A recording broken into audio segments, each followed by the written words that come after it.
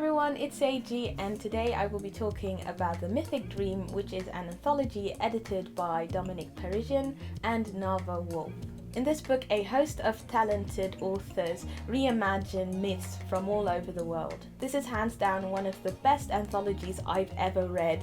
I love myths so much and I enjoyed every single piece of this book. The amount of cultures and countries these stories come from is vast.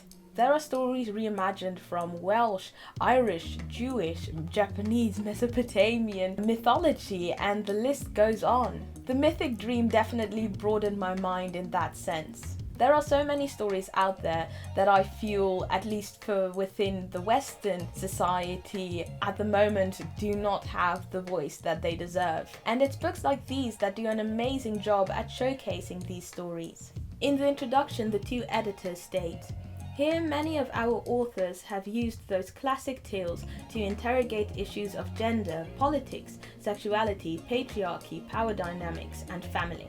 And that for me definitely was the strength of this anthology. Mythology has always been used to explain the world around us. Stances that were seen as conventional and throughout the centuries have remained unchallenged are slowly starting to lose their grip, and it's amazing to see that reflected in a book.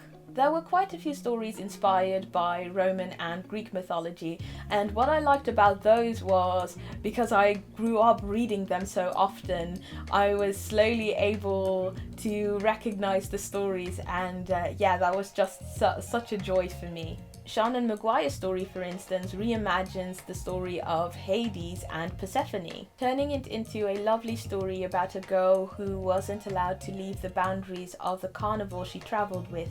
The different depictions of females was amazing as well. Usually these characters are so confined and obfuscated. Either they're side characters or completely and utterly useless, so they need someone else to save them. And for me it was so nice to see all these female characters breaking bounds, saving themselves, and completely going beast mode. My favourite story was Alyssa Wong's reimagining of the myth of Artemis and Actaeon. In the story, Actaeon falls to the fatal wrath of Artemis when he accidentally finds her bathing in the woods when he's hunting. Artemis punishes him by turning him into a deer, after which his own hunting dogs slaughter him.